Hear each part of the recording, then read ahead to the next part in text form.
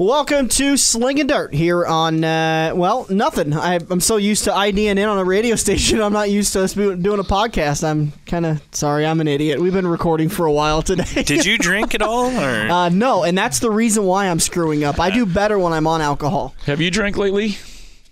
Can you smell me or no? Okay, no. Well, Officer. I mean, the Tiny London was this last week, and I mean, everybody knows that's one of the funnest after-hours racing parties. Oh no, that's right. You were in Pittsburgh watching your boys get pounded. Why weren't you there, bud?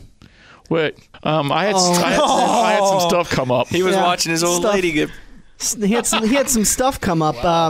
That would be your Dodge broke down on the side of the road, right? Yeah. Sorry, I had to stand up for Andrew. Well, this is Rachel, I won't go. This is Slingin Dirt. It's presented by Lost Dog Design. Raina and Dave are going to take care of you. They'll make sure everything's taken care of as far as social networking, web design, Facebook profiles. They'll do your posting. They'll also do business cards, brochures, postcards, all sorts of printing, and getting your name out there. And I think we all know that's kind of half the battle as far as dirt track is concerned, getting your name out there and being heard. Joined in the studio tonight, the man, the myth, the legend. Stoker Race. Whoa, hold on. I don't know much about legends or myths or a lot of stories. The man, the myth, the legend, Joe Proctor. All right, Joe, thank you so much for joining us in studio tonight. Obviously, the announcer at Shelby County. You also do some kind of tour and stuff. Where else do you do some announcing at? Also at I-80 Speedway. Every week out there in the booth. That's the first time I met you. Actually, my first dirt track race, we were at the... I forgot it again. The thaw. Spring thaw. The spring thaw. Meltdown, whatever they call it now. Yes. The spring thaw. My first race, I got to jump up in the booth and see how you guys did it, and had a lot of fun watching you guys. And you did a great job. So well, thank you. I appreciate you coming into studio tonight and talking about Shelby County. Your guys' season has wrapped up. Yep. Give me a quick synopsis of how the season went. If you were to pick a couple of drivers that you think did exceptionally well, and a couple of drivers that just maybe this was their first time racing at Harlan, or they just all of a sudden came out of nowhere. There was a few of them in the late model division. Todd Cooney was the point champion. He hadn't raced a weekly schedule like that at Harlan for as long as I can remember, and he came out there and won just about every week. His Chad Cooney was right there with him every time. Barry Sorensen finally had a good season. Shannon Anderson, of course, that guy wins. I know you guys know him. Yep. He came and raced at Crawford a couple of times. Yeah. Once or twice. Something like that. Nice guy and everything. Why doesn't he move up? He's like the professional pro stock racer. Yeah, professional hobby stock guy. Supposedly, the rumor is, this is just a rumor, but the rumor is Shannon Anderson is indeed moving up to a stock car next year, to an IMCA stock car. Uh-huh. Well, he raced. Needs to. He raced hobby stock for years. Yeah. And won probably 90% of the features. If you go and Shannon Anderson's there, it's like, yeah, he's going to win. Yeah, It's kind of like you're racing for second, after that. But in the hobby stocks, Dusty Van Horn, a guy from Atlantic, also did real well this year, moving up. Jason Fusselman had a good year. Jason Cole, all the guys in the top 5 really in points did really well. But one guy who impressed me, the guy from Denison, Iowa, Jeff Fink. They call him the Wild Man. I don't know why. Jeff Fink. But and I don't know if this is his second year or third year racing, but from the difference from last year to this year was like night and day. Last year, he fought the handling on the car and getting used to all that stuff.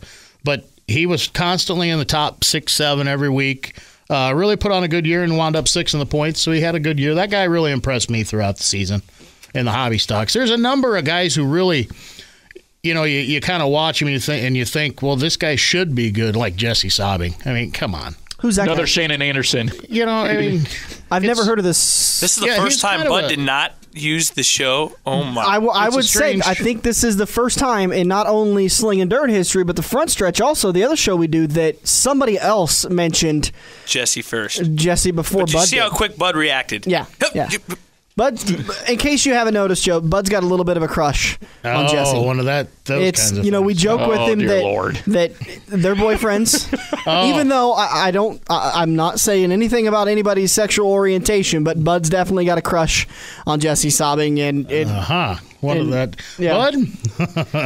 Wow. I don't even know what to say to that. I don't think you can. Listen, I just want to take the time right now to apologize to Jesse Sobbing and his fans. We enjoy Jesse. He's a great race car driver, and any references we make to Bud being his boyfriend is strictly one-sided. Yeah, that's that's just right out of happily married, as far as I know, for Jesse is concerned, right? Very much so. Yes. Okay. He's. I want to say a beautiful wife. I'm not questioning the. He even likes his wife, Jesse's wife, better than his own. Wow. Well, Well, let's no talk. mention of What was her name again?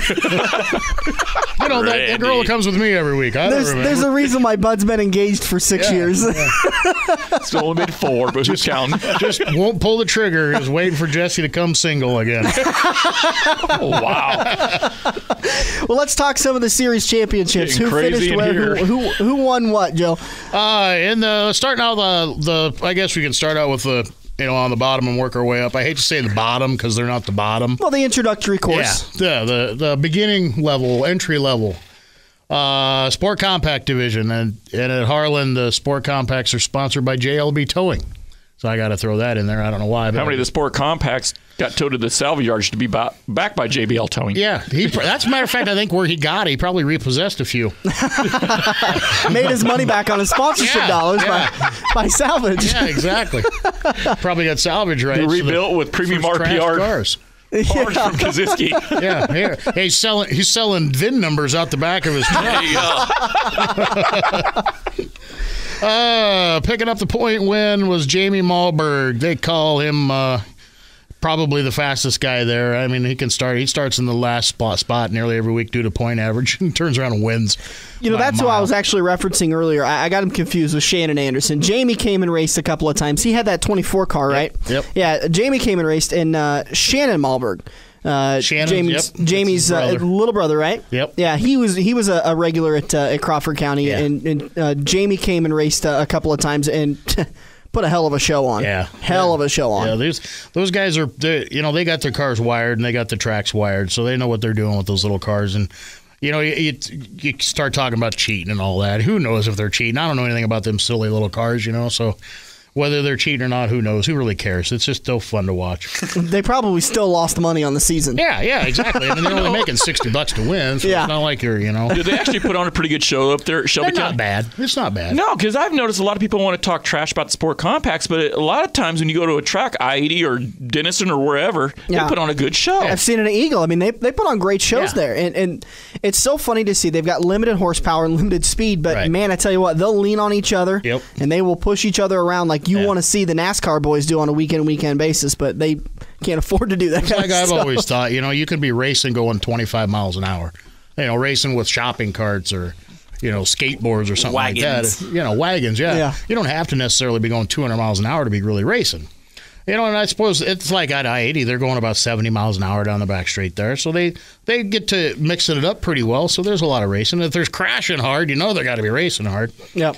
Guy finishing up in second's a youngster, actually, from Portsmouth, Iowa, 86B, Bronson Griffin. He's a young guy who's got about 15. You understand things like this, Andrew. He's got about 15 little girls up in the grandstands just screaming his name. I wish I did.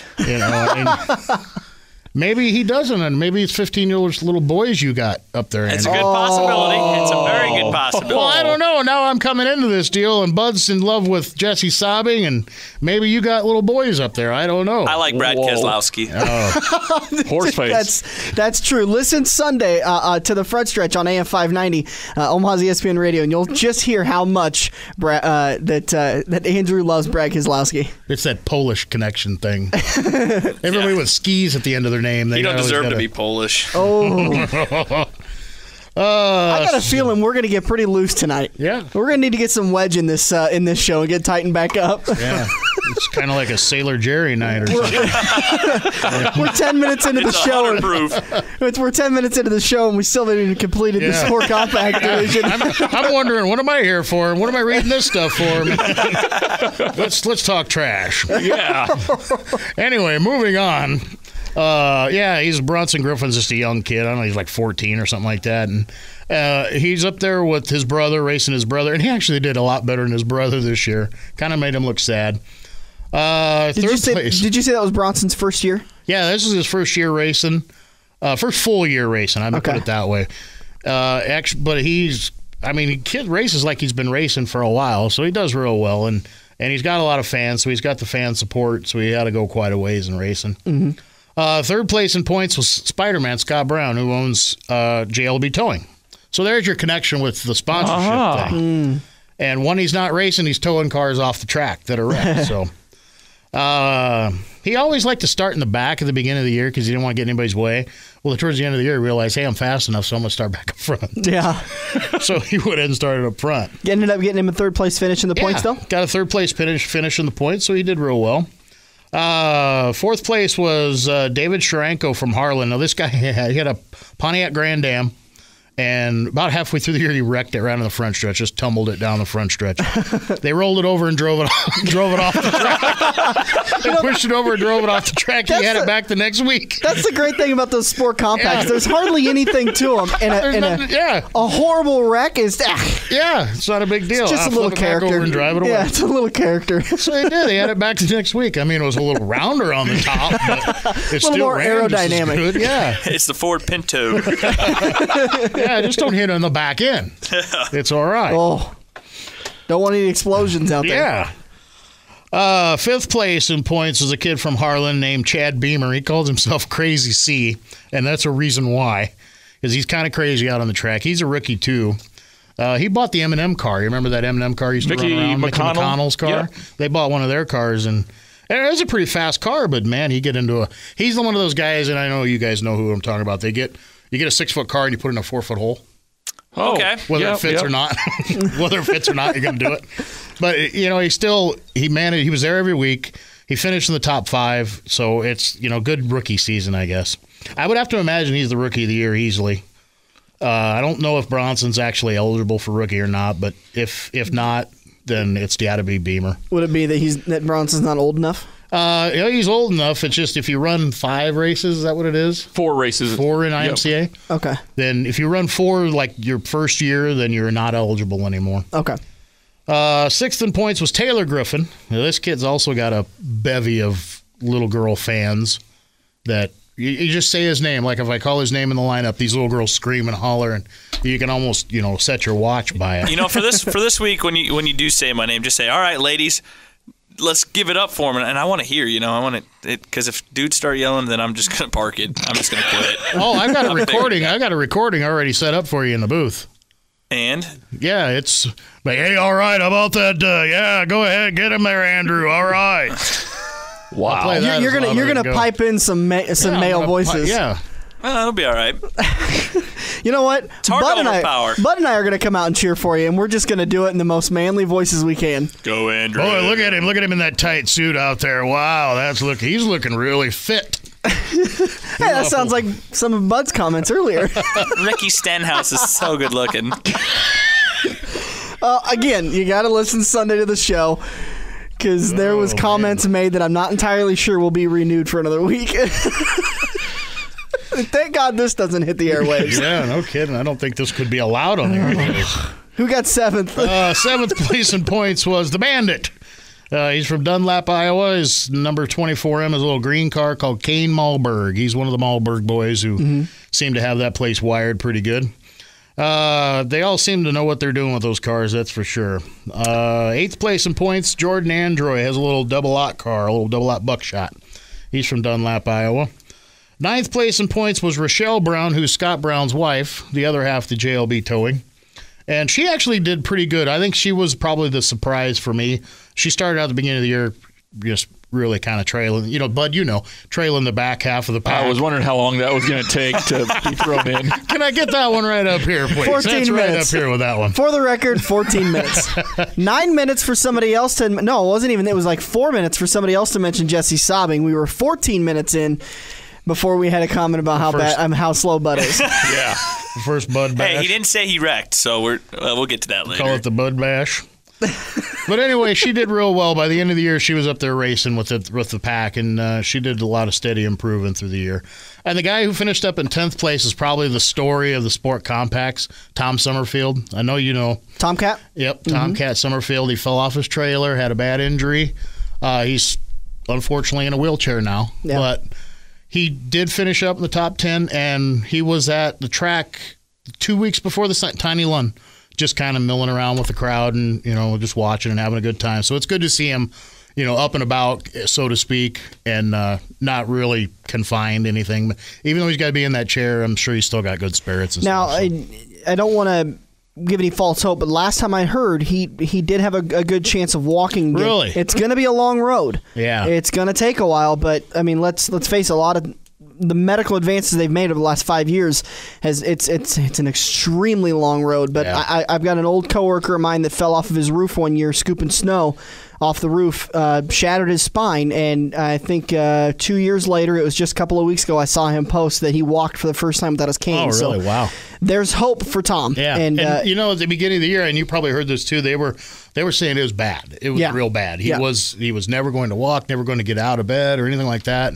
And here he is rolling around in a wheelchair. So sky's the limit, I guess, when it comes to that. Right, and he was, I believe he'd taken the points lead that week at Crawford when he had the accident, and so it was. As a matter of fact, I want to say, I may be wrong, but I think the week before at Harlan he might have won. Yeah. I might be wrong, but I think that week before at Harlan he won because he was in the top 3 in points there. And a great guy. I mean, I talked to him in the pits, guy. and I actually talked to him the night he had his accident, the day before the races even started, and I kind of joked with him when he was going to, because he was doing so well at Crawford, I said, well, when are you going to step up to hobby stocks? And he goes, when are you going to buy me one? Yeah. That's what everybody's answer is. I mean, you guys know that too. Everybody will ask you, when are you going to move up? When are you going to help me? Yeah. Oh, that's when. Yeah. Well, let's talk about them hobby stocks. Hobby stocks. Peterson Motors, IMCA hobby stocks. Of course, Shannon Anderson, once again, the point winner. He's won probably 1,000 features. I don't know exactly how many, but I know it's quite a few. It's an unofficial guesstimation. Yeah, it's a pretty good guesstimate. Second place in points, also from Atlantic, Iowa. Dusty Van Horn. I call him the jailbreaker because he's got a bail bonds main sponsor. Oh, really? It's called Yes Bail Bonds. I guess you get the word yes if you call them. So, Andrew, if you ever get in trouble with your girlfriends and guys, and there is one you call. Yes Bail Bonds. I'll do it. I'm marking it down right now. Probably don't want to call your dad because he'll leave you there. Dad, I'm in jail. Get the... Who? This ain't no son of mine. Yeah, have fun, Andrew. Yeah. Knock yourself out. Hey, if you run into Bud while you're there. Wow. I'm just sitting over here, listening to the legendary Joe Proctor, and I'm getting picked on. I'm behind the mic. I got to turn on some kind of a Buddy Ray. fakeness. The thing is, though, you really can't blame anybody for as much as you flip everyone else crap. We got to give it right back to you tenfold. You're screaming out loud to be made fun of, Bud. You are. Bubba J. Bubba J. Moving right along. Third place in the points in the hobby stock division, Fuzzy, Jason Fusselman from Shelby, Iowa. He had a pretty good year this year. He really did. Last year, he won his first ever feature. This year, he didn't get in the victory lane, but he was in contention every week. He was a top 5 car easily every week. And it's always good. He's a fan favorite. He's got a ton of fans up there. So it's good to see him running good. He's a great driver, too. I really liked watching him drive because nice and smooth. He wasn't, I wouldn't say he was what's the word I'm looking for? It's not really, he was an aggressive driver, but he was respectful. Right, not overly aggressive. Right. He's not one of those guys like Andrew sticks a 6-foot car in a 4-foot hole. Right. And he knows how to bring his car home in one piece. I got to do it on a daily basis. It happens. Well, when you're running at the back and you got to race moving on. Fourth place in points. I'm really glad I'm not a driver right now. From Mo Valley, Iowa, the 27, Jason Cole. Jason had won the final feature race of the year. He had a pretty decent year. It was kind of up and down, but it was a pretty good year. He won a couple of features.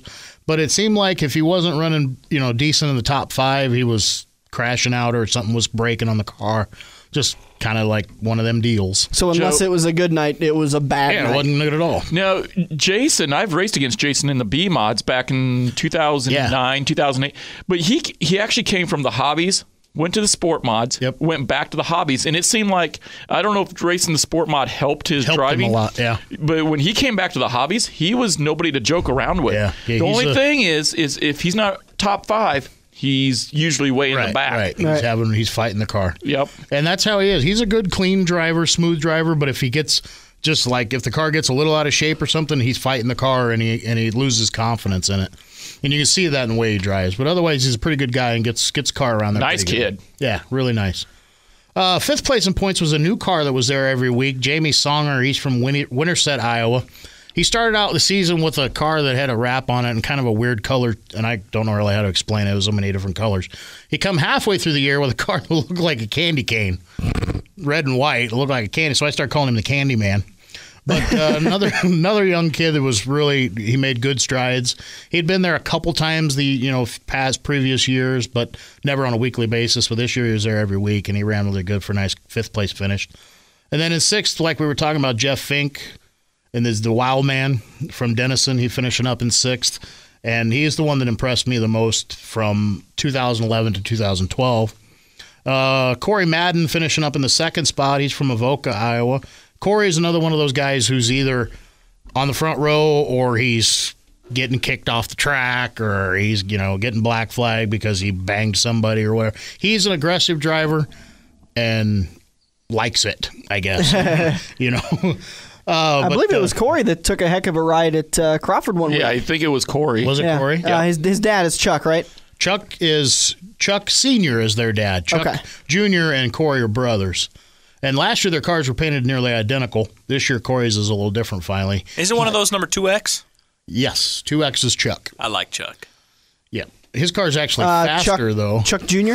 Yes, Chuck Jr. So it was Chuck Sr. that raced at Crawford along with Corey. Yeah. And Chuck is Chuck Sr. racing again now? Okay, he's 23, right? I believe so, yeah. Yeah, and then Corey's the 22? Just the 2. Corey is the 2, and Chuck Jr. was the 2X, a yellow and blue car.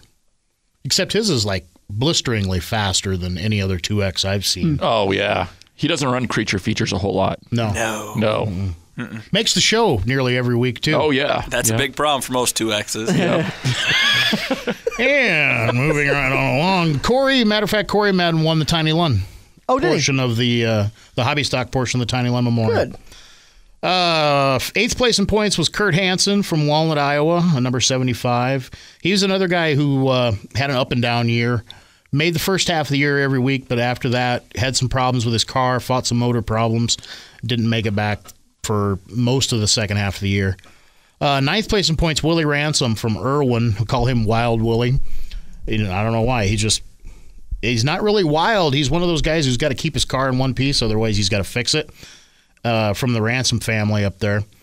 And he had a pretty decent year this year, just finishing up in ninth place. He went to hobby stocks after running B-Mods. Yep. He ran B-Mods a couple years ago. Well, I thought he was just like Jason, hobby stock to B-Mod, back to hobby. Yep. Just like that. But he looked better when he came back. Made some definite strides.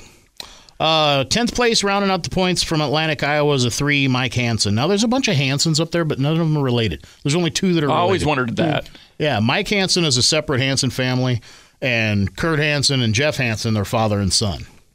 So, that's your hobby stock. Talking with Joe Proctor, announcer at Shelby County Speedway in Harlan, Iowa, and moving on to... What's our next one you want to go to? You want to go B-Mods? Let's go to B-Mods. Let's, I don't want to exclude anybody, but we're going to be at about an hour and a half show. If we don't pick it up, let's do top 5. Top 5? And then pick somebody in the next 5 that kind of surprised you the most. Okay. Whether it be good or bad, we'll pick somebody that kind of stuck out to you. Okay, I will do so. Unfortunately, he did not race there every week, Bud. So I can't pick out the fact that he stuck out to me. Top 5 in the KNOD radio. Sorry, 590. KNOD radio IMCA Northern Sport Modifieds. Say that every week. Try that every week. I have a tough enough time saying things every week. Of course, why am I even saying this? Jesse Sobbing wins the points again. He got his 100th win up there probably about a month ago, I think. The funny thing was, and you guys saw this, he was running Razors for 98 or 99 of those wins. Then he goes and runs a Jet for his 100th win. I heard that didn't make Justin very happy. Probably not. Yeah, anyway, Jesse won again. He won the Tiny Lund, although he didn't make it, it wasn't easy. And we can talk about the Tiny Lund in a little bit. Oh, we'll get down to that in just a little bit. We'll break down how the Tiny Lund went. Okay. But what was this guy's name again? I forget. Oh, Jesse Sobbing. Yeah, won. Jimmy Sobing. Right. Sobing, yeah. Second in points from Audubon, Iowa was Jared Hansen, the number 23 car. He had a good year. He had a really, really good year. He didn't get any feature wins, but definitely was there every week. He's a real smooth, clean driver, too. Yeah, he is. He's the kind of guy who sticks a 6-foot car in a 6-foot hole. Yeah, not like them 2X cars. Yeah. Not like the 2X cars. Like the 2X cars. No. Third place in points, Randy Archer from Council Bluffs. Now, there's a guy that's been around forever, and you know him, bud. Yep. He's been around since Christ was a private. And he started out in the old Pro-Am days, moved into modifieds, owned cars for other people for a while. Now he's racing B-Mods, and he's doing pretty good. He had a couple feature wins. Matter of fact, the only guy to beat Jesse Sobbing while Sobbing was on the track. Yep. You know, actually, I thought, in my opinion, in the sport mods, Randy Archer might have been the man other than Sobbing this year. Yes, he was. Yeah, he had a really good year finishing up in third. He did really well. He's from Council Bluffs. Fourth in points, Cody Olson. There's a kid come out of go-karts. His number is 777, and I don't know why. He was 41 his whole life, and then he goes, I don't know. He goes to 777. Did he hit the jackpot? I don't know. Does that? I mean, would that be? You know him. I don't know him. I don't know him well, but I know he was 41 his whole life since he was a little kid, and then all of a sudden he gets into a big car, and I'm gonna go 777. Is somebody running that? Is somebody owning that car? Him and his dad. His dad and his grandpa helps out a little. Fifth in points, Dennis Cook from Missouri Valley. There's another guy that's been around since Christ was a private. He raced against your dad back in the old days, Andrew. He was racing late models back at Sunset. Dennis actually rolled his car at the Tiny Lund and crashed it pretty good. Ooh. Yeah, I saw it this weekend, and thank God Dennis is all right. The car is destroyed, though. It rung his bell pretty good, and they wanted to take him to the hospital to look him over, and he said, "No, I'm fine. I'm not going to the hospital." So who in the remaining five would you say? In the back half of the five, I think there's a couple of them, actually. Dylan Peterson did real well this year. DJ Doblin from another racing family, the Doblin family. He did real well this year. Dustin Polberg, who's a kid who is a complete budget racer. He works all winter long to make his budget for racing, and when his racing budget's over, he's done. That's actually my nephew. You know, it is? Yeah. Dustin? So he was able to make it all the way through the year, and he did pretty well throughout the year. He's actually gotten a lot better. Yeah. He's improved from year to year. He came out of compacts, sport compacts, moved into B-Mods and sport mods, and did really well. I was really surprised, and he's improved steadily over the last 3 years. So it's good to see him running good. Good. They call him down and dirty. Down and dirty, Dustin Polberg. But those are the guys who impressed me probably the most, taking a look at through the top 10 like that. Yep. What's your next division you're going to talk about? Next division, moving on, would be the Pizza Ranch IMCA stock cars. Ooh, I love this class at Shelby County. Damn, these guys are fun to watch. They're really fun to watch. Anybody can win. Yes, any given night, anybody can win. Door handle to door handle, nose to tail, all the way around the track. It's kind of a weird up and down season, though. 1 week we'd have 15, 16, 18 cars. 1 week we had 7. So it was kind of a weird season with that. But they didn't make, for bad racing at all. Point champion was from Breda, Iowa, the 92B, Flying Brian Blessington. He's been racing stock cars long as I can remember. Second place in points, Keith Knopp, the 10X from Shelby, Iowa. He had a really good year, won a number of features. Blessington didn't get in the winner's circle this year. That was weird. Yeah, didn't get in the winner's circle, but still was in the top 3 nearly every week. Third place in points, Jeff Anderson, who recently lost the win total, or the most wins. He had the most wins in IMCA stock car competition. Just recently got passed by that this year. Jeff Anderson was third. He's from Atlantic. Alan Schmidt. Now, there's 2 Alan Schmidts. There's Alan Schmidt from Holstein, Iowa, and then there's an Alan Schmidt from Omaha. And Alan Schmidt from Holstein races stock cars at Harlan. See, I thought it was Alan Schmidt from Omaha. I was like, when did that guy go to stock cars? Different guy. I asked Alan one time, I said, hey, that's you out on the track. And he said, no, that's spelled differently. And I said, okay, whatever. Yeah. So, he had a good year. He actually did a lot better this year and has steadily improved over the last 3 years also. So that was good to see him running good. Fifth place in points, and this is a guy who's there every single week from Council Bluffs, number 9, Chris Reed. He's there every single week. He used to want to start in the back because he didn't want to get in anybody's way, but he was there every single week. And now he's up and got his confidence built up. Now he'll start where he's supposed to start, and he has actually a good car, and he finished up top 5 in points. So I can't take it away from him. He did really well. As far as somebody who impressed me throughout the year, Derek Roy, who was a guy who moved up out of hobby stocks.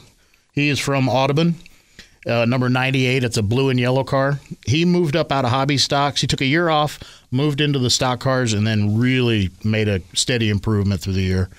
Of course, Mike Nichols, that guy is there every week. He's not racing weekly at Harlan. He races when he feels like it. But every time he shows up, it's like, oh, gosh, we got to race for second now. But those guys are the ones who really kind of stood out to me in the stock car division. And, again, that's one of the funnest classes to watch because they're constantly nose to tail, door handle to door handle. And they don't slam into each other, and they don't Buddy Ray Jones each other and Andrew Kaczynski. No, Buddy Ray just gets in when it's all over. See, Buddy just hangs out in the back till everyone's done wrecking, and then he gets himself a top 10. Right. That's there's nothing wrong with that. Thank you. At least I didn't say nothing wrong. I didn't say nothing wrong. If you're Buddy Ray Jones, there's nothing wrong with that. He's making a left turn. What are you doing, Buddy Ray? Drinking a beer. Oh, boy. I love Jeff Dunham. Oh, boy. Okay. Bubba J, it's Buddy Ray. Wow. Come on, you can't really fault us for that one. No. You could pass can't. as him, though. Where's your Mr. Bubbles You shirt? even got the eyes that kind of like, one goes up, one goes down. Really? Oh boy, we got to tighten her back up again. Mr. Bubbles. That's good stuff. Yeah, where is the Mr. Bubbles shirt? It hasn't been washed in about, I don't know, 3 months. Yeah, so now we're busting out the Nebraska Cornhusker shirt. Well, looks good. Looks good. It's clean. That's a good start. It's clean. I support on the winners. top of the pile. I'm always like, hey, Buddy. Where's Buddy? It's the only one not standing up in the corner by itself. Yeah. I got some racing shirts like that. So do I. Yep. Go to Boone and I'll show you a week's worth. All right, moving right on along into the Budweiser IMCA late models. Kind of a weird year for the late models, up and down point count or car count, but racing was pretty decent. Todd Cooney from Des Moines picked up the point championship, and this guy won probably 65 to 70% of the features anyway. Barry Sorensen, who had his car painted like Lightning McQueen again, who he finished up in second, actually did pretty good, but he did have a win this year also. Jay Stewart, who was last year's point champion, is the third place driver. Now, Jay didn't come back for the Tiny Lund. I don't know what was up with that. You'd think he'd had it wired. Cooney didn't show up for the Tiny Lund either. Oh, I thought he did. Did not show up. Would not run with the SLMR. Of course, Andrew wouldn't run with the SLMR. Well, we're talking 2X driver again. Oh, okay. Yeah, I ain't scared. Fourth place in points, Chad Cooney. Wow, all of a sudden we go to Brooklyn. I ain't scared. Yeah. I ain't scared of you.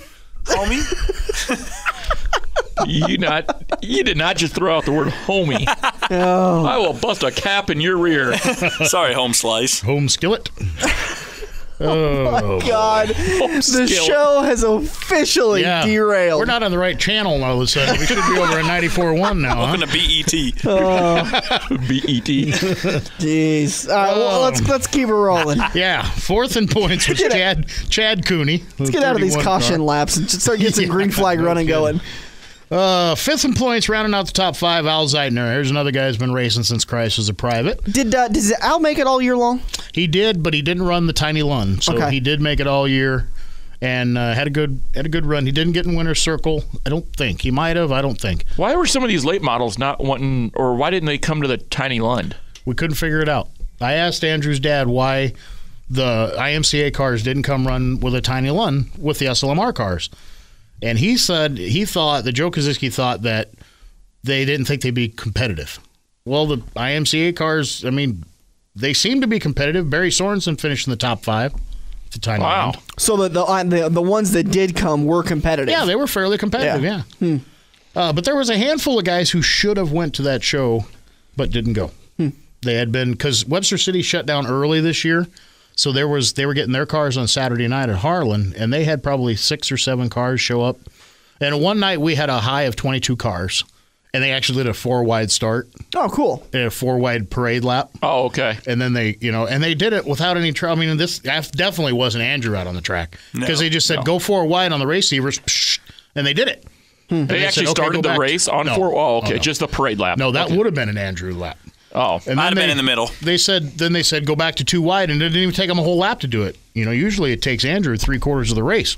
Did they say? Figure out? I got to be next to a car. I tell you what, I've listened in on those race receivers, and I love you drivers to death because you entertain us week in and week out. But some of you are just plain dumb. I can't hear on it, so You flip a switch. Yeah, it's oh my god, it's ridiculous because I watched a couple of them. I'm not naming any tracks, but I've been to several of them over the years, and it's just like, what the hell are they doing? Yeah.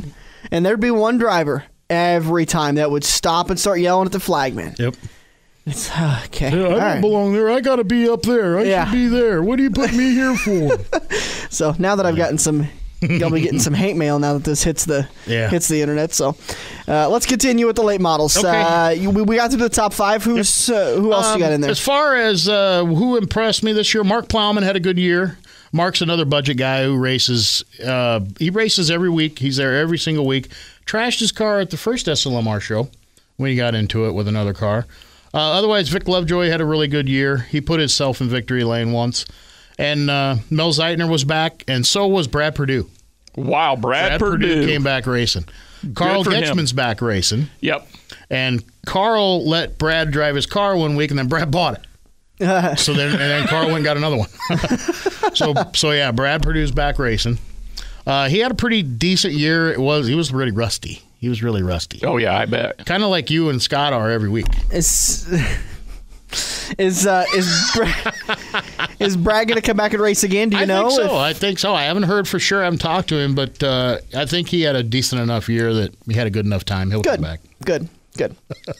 Every week. Do you see how that worked, bud? Just flows right in there. I'm telling you. I must be a sucker.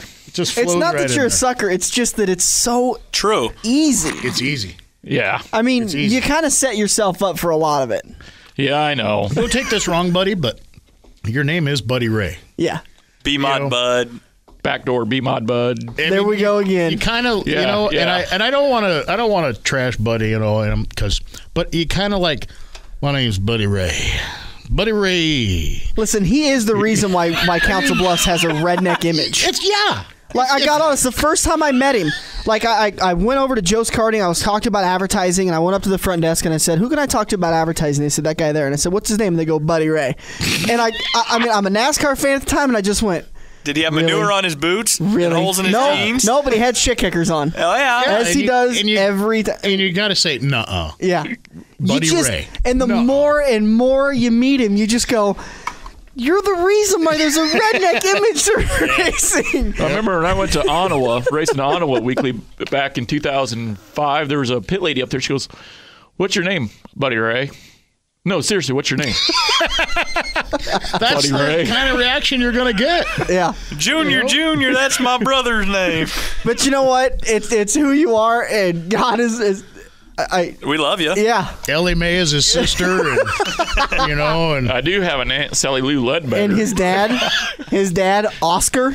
Yeah, I mean, I love Oscar to death, but he is the only Oscar I have ever met. It kind of makes you want to go back through old reruns of Jed Clampett and find out were they living next door or something. And the funny thing is that names have nothing to do with who you become, but you could not have named him a better name. For who you ended up becoming, you could not have. Your dad and mom could not have picked a better name. Nope. It's not like anybody we're making fun of you, because it's that whole image of the hillbilly-ish redneck NASCAR guy. And it's like, no way, you can't write jokes that good. You really can't. You can't write jokes that good. He's the only guy I know has an accent in Council Bluffs. Yeah. Yeah. And everybody asks me all the time, oh, you doing NASCAR talk? She says, yeah, who's your co-host? He's from Texas. I said, Buddy Ray. And they're like, oh, that's his radio name? Like, no. Yeah, you mean Red Neckman, right? No, Buddy Ray. No, Buddy Ray. Oh, boy. Billy Big Rigger, Red Neckman, come on. Yep. Yeah. He tried to create an alter ego, which is less redneck than himself. And it gets really bad when that alter ego has its own Facebook page. Yep. Or its own cell phone or something like that. Oh, yeah. Ricky Buddy, Ricky Bobby, third cousin class removed. That goes a little too far. Yeah. Okay, moving on to the final class before we go off on another 1,000 tangents. I think we just had a red flag there. Yeah, where were we anyway? Oh, modifieds. Pitt's Chiropractic. Pitt's Chiropractic IMCA modifieds. Ricky Steffen was a point champion for 2012. This guy who has not raced weekly there in a number of years. He came back, won the very first race of the year, and then couldn't get out of his own way for like the next 3. If you know Rick, you just got to know. But he got it figured out, and he had decent finishes all year. He only had one win, was the very first one. But I think he won the very first race, and then the next week he ended up pulling off the track. It was like, wait a minute, you just won. How could you lose your setup? Yeah. Somehow he lost it. Don't touch the car. Yeah, don't mess with the car. He lost it. No, but it is kind of cool to see Ricky Steffen back to winning races. He went to that Razor chassis. Now he's got a track championship, so, congrats to him. So Ricky the Racer Steffen. Second place, Shane DeMay. I know you guys know him. Yep. Shane DeMay in the 15M. Bought a new car from somebody after Boone. Brandon Bocklinger. Oh, yeah, really? Bocklinger's car. That's it. Yep. It's pink and white. He just slapped his number on it. And is he going to repaint it? Or, you know what? I would It's assume actually that orange and white. Is that orange? It's looked pink. he may leave it or may repaint it pink because his mom is fighting breast cancer right now. Oh, correct? really? Is that what the deal is? Yeah. Oh, okay. So maybe that's it. And Okay. Anyway, he had a good year. He won the King of the Hill at Harlan. He was Shane the King of the DeMay Hill. did? Shane DeMay was the King of the Hill. And the King of the Hill at Harlan works a little differently than anywhere else. It's kind of weird because they only take the cars there that night, not the cars on the top of the point standings. So, like in the compacts, the sport compacts, some guy from Grand Island showed up for the races that night and happened to be the King of the Hill in sport compacts and ended up winning the King of the Hill. You think it's actually better to use the top guys in the standings? I think if you're going to be the King of the Hill of that track, you ought to be there every week. I couldn't agree more. Right. So then that's how I-80's made theirs up now. They only have 2 spots available for quote-unquote travelers. Anyway, moving on. Shane DeMay had a really good year. He put a feature win out there and got the King of the Hill. So he ended up second in points, had a good year. There's a guy who was real careful with his car and good, clean, smooth racer. Third place in points, Jeff Stevens from Arion, Iowa. I call him Mr. Excitement because this year he was kind of more exciting. Last year he was not exciting at all. It just had a mediocre year last year, but got a decent car under him this year and ran really well. He ended up with third place in points. I can't remember if he got a feature win or not, but he had a good year this year. He got dumped over the turn 2 wall pretty good. Yeah, over there. That was Dangerous Dale Ransom that did that, right? Helped him to explore the backside of turn number 2. Yeah, that caused a little bit of controversy, I believe. Mm-hmm. Dale said he didn't do it on purpose. 850 people there that night said he did. Moving on. I believe IMCA agreed with the 850 people and gave Dale a little bit of a... Yeah, that wasn't a pleasant evening for Dale. And you know what? If you pull off the track as soon as you do that, you pull into the pits, that's like saying, I did it. That's like saying, you got me. I'm just going to pull in before you get me. That's like saying, I did it. Give me my ticket. Yep, I did it. I'm just going to go ahead and pull in here now. Oh, moving on. Bub Lorette was 4th in points in the 3L. He's from Council Bluffs. Bub's been around for a long time racing hobbies or pro-ams. Raced pro-ams and then modifieds. His brother used to race back in the day, too. Luke, I believe. Yep, Luke. I didn't know Bub raced pro-ams, though. Yep. They raced pro-ams for a little while and then moved right on into modifieds. Well, Bub actually raced late models for a short time also. He raced late models for a little while.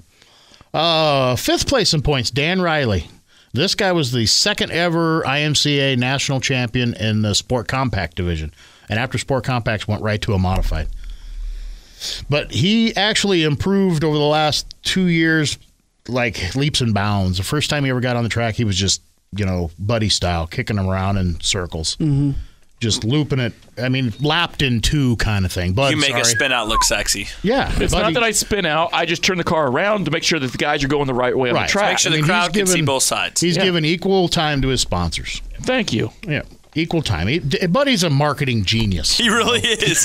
Marketing wizard. He really is. Marketing wizard. It's even more. It's even more when he can put a sponsor on the bottom side, like the belly pan, and everybody sees and it every everybody knows what it is. Have you told him about your front stretch coat yet? No. On the back of the front stretch coat, it actually says, "If you can read this, flip my car over." it's upside down. So that fits really You know how well. many people actually read that? Does. And God honest, it's the funniest thing in the world to watch you walking through the pits and to see people turning their head over as they're kind of, they're trying to read it, and then you can see in their face, oh, okay. Makes sense now. I get it. Oh, that must be Buddy Ray. Yep. All right. Yeah, Dan Riley did really well. He was the guy that probably surprised me the most in the modifieds because everybody up there's fast. But Dan getting a top 5 is pretty good. 6th place is actually a tie for 5th. I guess you could call it tie for 5th instead of 6th. Ryan Webb in the ZR1 Corvette from Manila, Iowa. He had a pretty good year. And Ryan's one of those guys who's kind of hit and miss, up and down. He's either blistering fast or he's struggling at the, in the mid pack. But he had a pretty decent year to finish up in 6th. 7th place was Wahoo, Mike Albertson from Audubon. They call him Wahoo, so I always call him Wahoo. He came out for the Friday night portion of the Tiny Lund, but didn't come back. Because I don't think he was really liking the way the car was being tossed around by other cars.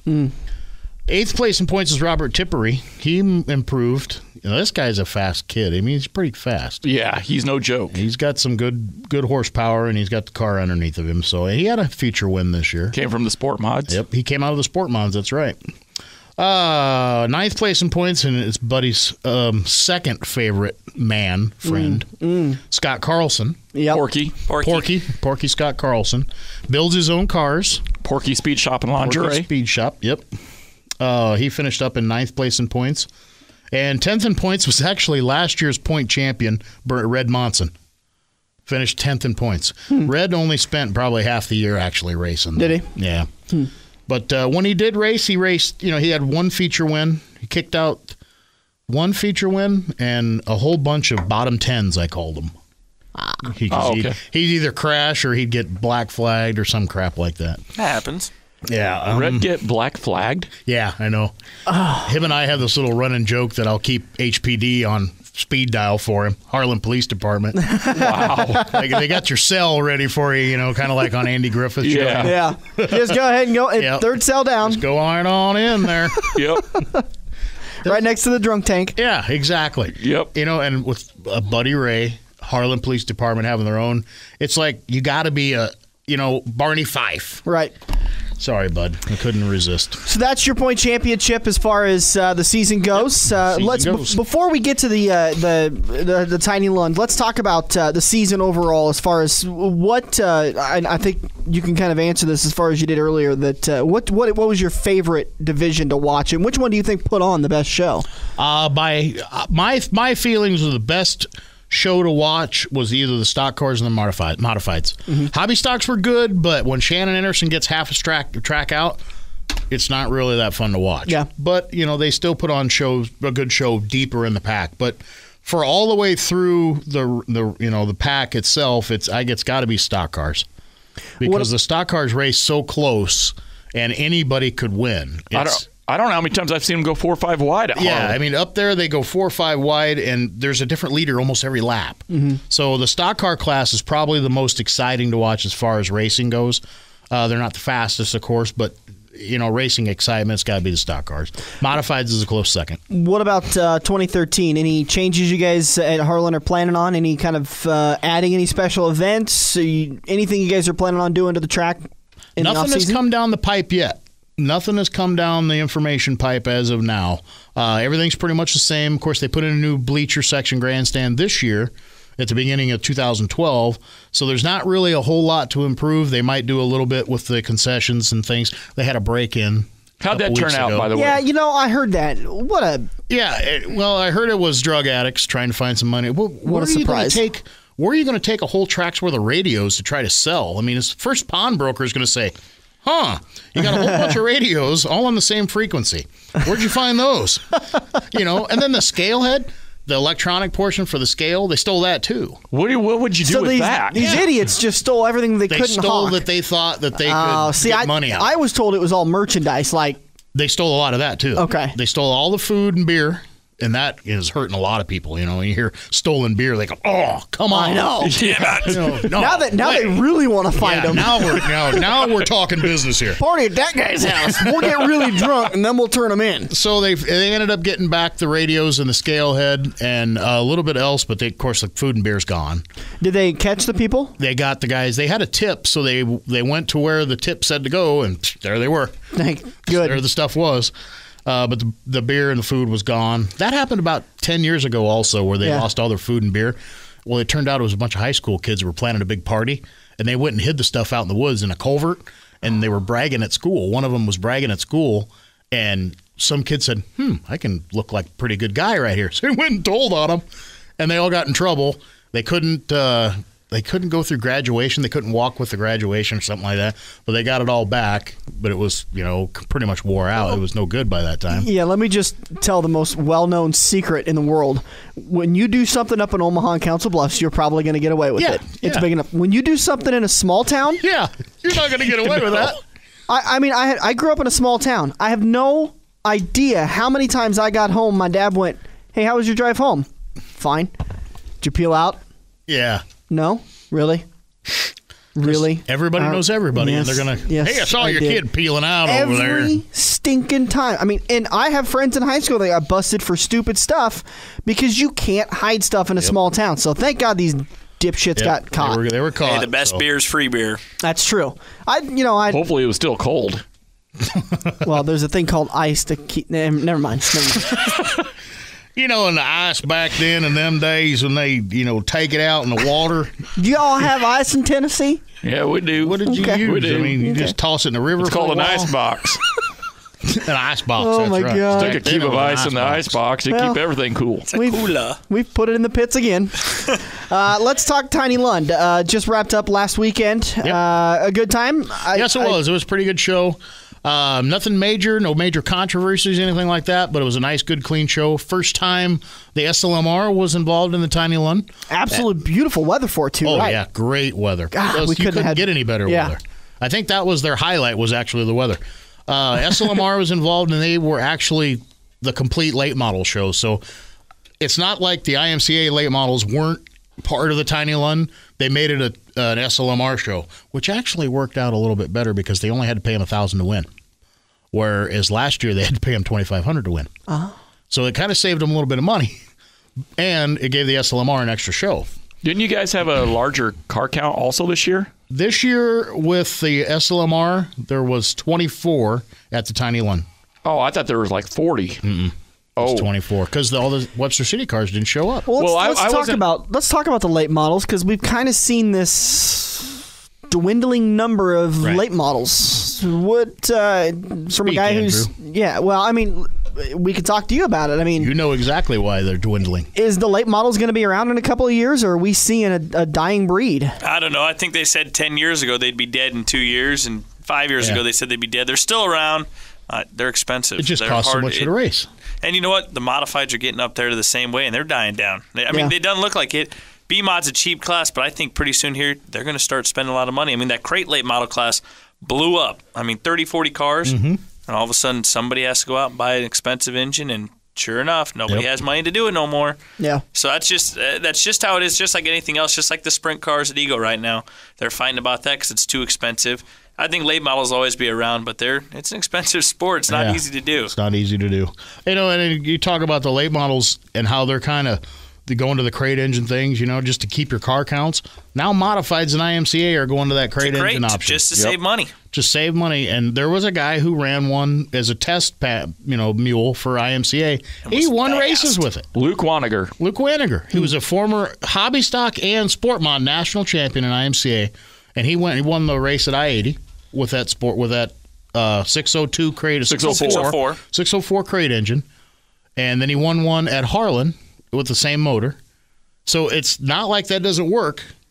So that is actually, and everybody's probably scratching their heads. You mean I can't spend that much money anymore? But the cost of racing, I'm going to get a lot of hate mail and a lot of emails and phone calls this week when the Slingin Dirt come out. I think the cost of racing is purely racer inflicted. Sure. I mean, you could. I'm in this for the first time, and I could see that. It's just like what Andrew just said. It takes one guy going out there and dumping a bunch of money, and now everyone else has to. Yep. We see this, and this isn't just. This is racing. Period. Right. Up in the NASCAR circuit, when you got organizations like Hendrick, Joe Gibbs Racing, Roush Fenway that are spending so much money on research and development, all the other teams either have to fold or match it. It's keeping up with the Joneses, right, bud? Yep. That's right. Unfortunately, keeping ahead of the Joneses isn't that hard to do. And the hardest thing to do is to come up with a solution. How do you police this? Yeah, how do you keep things right? Well, look at a level for everybody. Sabine at the Charlie Clark runs third or fourth with a 602 Sport Mod. 602 Sport Mod legal car in the modifieds. Yeah, so I mean, why, all of a sudden, guys are going, why do we need 700 horsepower again? Why do we need to spend 20 grand or 15 grand on an engine when we can do what he's doing? Again, I'm sorry, finish your sentence. Maybe they're not that good of a driver. Maybe they're not as good of a driver. Jesse's a good driver. I mean, he wins too much. I'm sorry, he wins way too much. But he's a good driver. He's kind of got the Jimmy, as far as I'm concerned, he's got the Jimmy Johnson stigma, where it's just like, when he wins, you got to say, God, you know what? He is that good, but you also got to go, God, I wish somebody else would win for once. He got booed bad. You think Jesse is good or bad for the Sport Mod class? Bad. You think he's bad? Terrible. But what about the argument? He makes all the other Sport Mod drivers up their game. I don't believe that. I think that keeps Sport Mod drivers away. I do too. Tell me who's up in their game to beat him, though. So far, nobody. He's winning like crazy. No, Randy Archer. He's only beat him one time, and that's because Jesse Cook had to come from the back. Dennis cannot beat Jesse. Oh, I think Dennis could beat Jesse. With a chrome horn on, sure he could. Anybody could beat Jesse with a chrome horn. You could beat Jesse with a chrome horn. Ain't gonna happen because if Jesse falls off, but oh my God, I better get off the track right now. I cannot let this happen. Bud will pull over and make sure everything's okay. Jesse, do you need my car? It's kind of like one of those Olay things. Right on this side, please, Jesse. He's coming. Oh no, you want to come on the inside? Come on the inside, then. He's coming to lap me for the fourth time tonight. I better get out of his way. Here he comes. Oh, we love you, bud. Jesse, do you want this lane or that lane? Okay, both of them? Bill Flegg. Bill Flegg is another guy who's a budget racer, who's raced forever. He beat Jesse because Jesse wasn't there. I think we're getting to the point where it's Jesse's too good for his own division. Right. Does he need to step up? He needs to move up. Yes. Do you think he ever will? He talked about it, but he likes to win. I've known Jesse for a while now, and he does not like to go somewhere if he knows he ain't going to win. Yeah. And that's just how it is. That's just who Jesse is. He goes, well, if I do that and I don't win, I don't want to do it. And it's like, well, it's no fun to lose. I feel the same way, but sometimes you gotta but I think what Jesse's done to the Sport Mods here in the Midwest, we're in this immediate area, he wins a lot, and I could see the argument, he needs to move up, but at the same time, I think had Jesse not ever been in the Sport Mods that we have in this area wouldn't be as good as they are now because of Jesse. They may not be recognized as well as they are by the whole. As the whole, because Jesse comes from this area, and everybody says, "Ooh, wow, they must all be like that." And then, but us being here, like, no, they're not all. Yeah, but Jesse being in the class, I think, makes everybody up their game.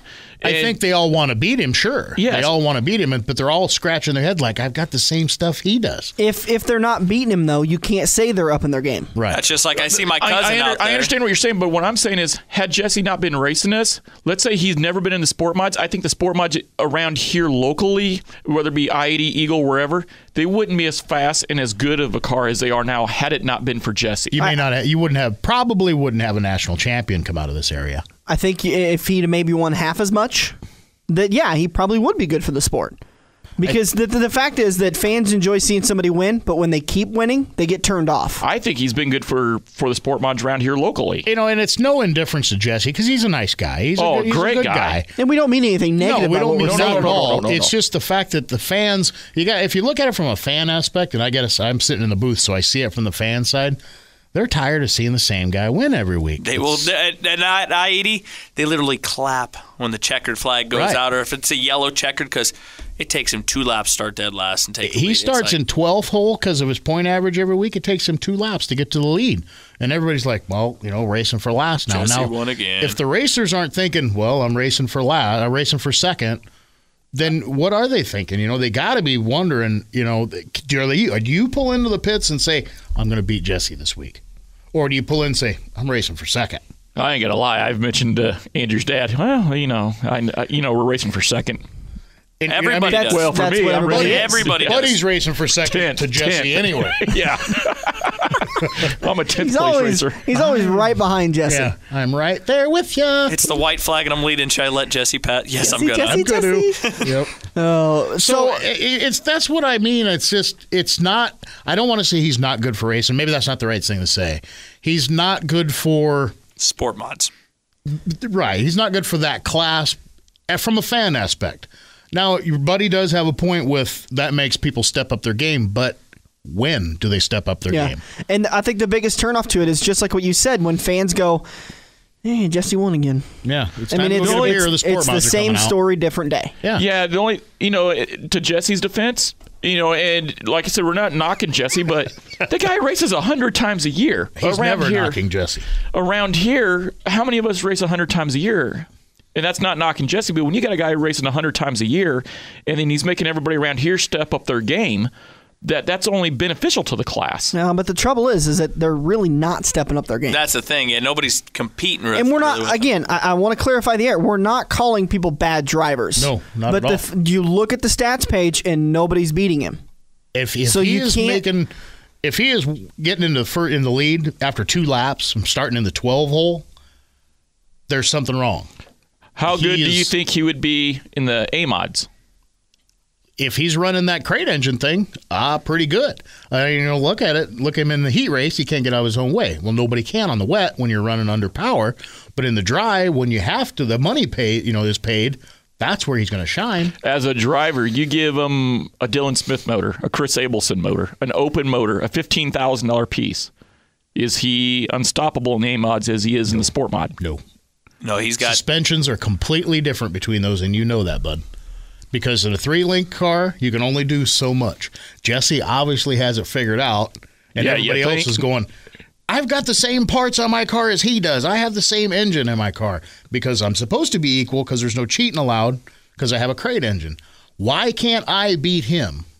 And that's what I want to know is why is Jesse in a crate engine with a spec rear end, spec suspension.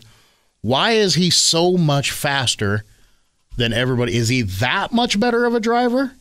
If he's that much better of a driver, he needs to move up and prove himself. Because right now, he's not proving anything. All he's proving is he's making you guys look like chumps.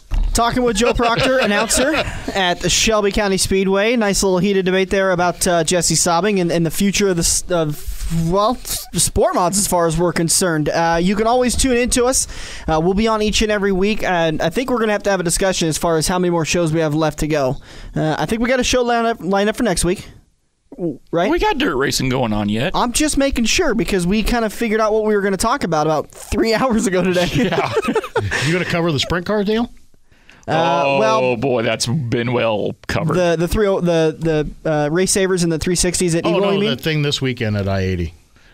We've talked about that. The Midwest Fall Brawl. I hear about that 305 thing every day. Stan Spees, my boss. Stan Spees is my boss, and he's the announcer at Eagle. So I hear about that, and he's on the Sprint car committee board. Car committee, yeah. So he's always got something about that. So I just listen in, So I know a lot about that stuff, and I don't want to talk about that. I didn't know if you guys were going to cover the sprint car race. Yeah, we did we talked about the Midwest Fall Brawl last week. Obviously, tickets still available. I know this week I talked to Lee Ackerman. They were selling like crazy when you had a special of $15 to get into both races. Now it's $15 each. At the gate. $11.85 to buy them in. Before, was it tomorrow at 5 o'clock? Something like that, yeah. Thursday at 5 o'clock. Yeah, right. Thursday at 5 o'clock. They're $11.85 each up until tomorrow night at 5. Wow. Thursday at 5. Why $11.85? I know, that's an odd number. Thing, I didn't understand that either. I figured it was a percentage of something, but I gotta imagine that your dad Joe put together some because he always does these little numbers. Yeah, the 80 lap feature at the Silver Dollar Nationals was for I-80. I-80. Right. He's always coming up with something. He's got something. Yeah, my dad. He's pretty. He's a better marketer, promoter kind of thing than anybody ever thought he was. Everybody ever thought he's just a racer, but it's more or less what my dad says. That's what it's going to be. Yeah. So everybody thinks that. It's his way or the highway. You better believe it. It's his way or the wrong way. Back to the Tiny Lund. Obviously I wasn't there for the first time in like 6 years, but I heard a lot of reports from the pits that the crowd count was way up. The overall car count was way up. What do you think contributed to everything being way up this year versus other years in the past where it's been a little down? I think that it was more travelers, because in the top 5 of almost every race, there was more travelers finishing the top 5. Modifieds and B-mods especially. Okay. Because I think it's the end of the year. We had a good year. Everybody wants to have a good time. There wasn't any major strange controversies all year there. Like in years past where there's been some craziness going on. But there wasn't that this year. Do you think the weather had something to do with it? The fact that good weather. I kind of got the feeling that a lot of people, didn't turn out earlier in the summer because it was just so blistering hot. Yeah. And this was their opportunity to go, that's when I'm going. 70 degrees and a light breeze. When it was blistering hot this year, did you guys see a little bit of a lower car count because of the heat? Yes. Yeah, I think all tracks saw that there was a little bit of a dip at Crawford, and I talked to Joe a little bit for I-80, and he said the car count kind of dropped down a little bit. There was about a 3 to 4 week period where it dropped below 100, but then when things kind of started cooling off, it came right back up. We saw that at Crawford several weeks. Yeah. Yep. I think what happens too is your crowd was your fans or your family. They don't all of a sudden want to go sit in the grandstands and burn up, at 105 degree heat. Yeah. And then you start thinking, well, maybe I don't want to go racing then. If you're not going to go, maybe I'll take the night off. Well, Joe, you've officially helped us with the longest Slingin dirt we've put on, but I think it was the most entertaining. I think I enjoyed it. Hands down. Great time. He didn't even talk. That's weird. A little bit. I guess when he chimed in, it was like quality. Yeah. He chimes in when he's got something to say. Yeah. Joe, are you working this weekend at I-80 for the Midwest Fall Brawl? I will be. I will be there along with Stan. Stan's going to be doing the sprint cars, and I'll be doing the B-mods and the Grand Nationals. Awesome. So both of you guys are going to be there? I'll be racing Friday night. Okay. And I'll be out there on Saturday night. All right. I will make sure I announce. Oh, you are going Saturday night. I'm going to go Saturday just because I can't go on Friday. I will make sure that I called Buddy's name out properly. You wouldn't believe Buddy Ray. You wouldn't believe the look I got earlier when he found out I wasn't going to make it to watch him on Friday night. He's a little upset with me right now. Wow. He won't even notice. He'll be paying attention to the 99. No, he'll notice. He will notice. He got mad at me when I didn't show up to watch him practice at Crawford one day. You coming Saturday? Gosh. And I'm not talking like... I don't know yet. Talking like mad. Physically... He didn't talk to me. Visually upset. He wouldn't talk to me for a day and a half. Oh, man. Wow. Anyways, Midwest Fall Brawl going on this weekend. Friday and Saturday night at I-80 Speedway. You can catch Joe there. He'll be calling the B-Mods and the Grand Nationals. And the Grand Nationals. And then Stan Caesar will take over for the ASCS Sprint Cars. Friday night, it's going to be a points race. Saturday night, a king will be crowned. Jordan Boston and Jack Dover are pretty much battling out for the championship. Jack's already won. Jack's already won the ASCS Midwest region. I thought Friday and Saturday was still paying points. Jack is the Midwest region champion. That's what I was told yesterday, as a matter of fact. Oh, we were under the impression he's the points leader. Yeah, he's the points leader, but we were told this is the one that actually decided the champion. Really? See, I was told that he's the point champion already, and there's no mathematical chance for Jordan. Unless, this is Luke Cochran telling me this, who's Jack's sponsor, so I don't know. Maybe he's just planning ahead. Is that some of that Lukeism as he puts on Facebook? Yeah, probably. Lukeism. What does a single race pay? Is it 70 points? I believe so. I think it is for sprint cars. I have. It's an 81 gap back, but Jordan Boston's 81 points back. So basically, he's pretty much got it wrapped up, I guess. Jack's got it wrapped up, but there is a chance that... We will say Jack has struggled in I-80 plenty of times. Oh, yeah, he has. He doesn't even like racing there anymore. No, I don't think he does. If Jack has a bad Friday night, it opens the door for Jordan on Saturday night. So you'll want to get out there and watch it. I-80speedway.com for more information for advanced tickets, and then you can get them at the gate for just $15 on Friday and Saturday. $11.85 up until Thursday afternoon at 5 o'clock. Call Koziski Auto Parts to get your tickets in advance and talk to Lee Ackerman. So I say call Koziski Auto Parts, but you don't actually want to call Speedway, Koziski. You want to call 402. If I get a phone call that says, I need tickets for the race, I'm going to be like, I'll send you back there. 342-3453. There you go. Joe just kills me every time because I cannot remember the phone number. I gotta say that all the time. 402-345-3453, 342-3453. I gotta always remember that. Tell them to call the track office. All right, so that does it for Slingin' Dirt this week. We're going to try to get either Jordan Boston or Jack Dover on next week as the interview, right? Well, we're going to try, yep. It's so that way we can talk to the ASCS Midwest champion or the runner-up, whoever it be, and we'll get together a Slingin' Dirt for you next week. We'll throw something together. In the meantime, thank you so much for listening. We appreciate it, and we hope you have a great week, and we'll see you at the track.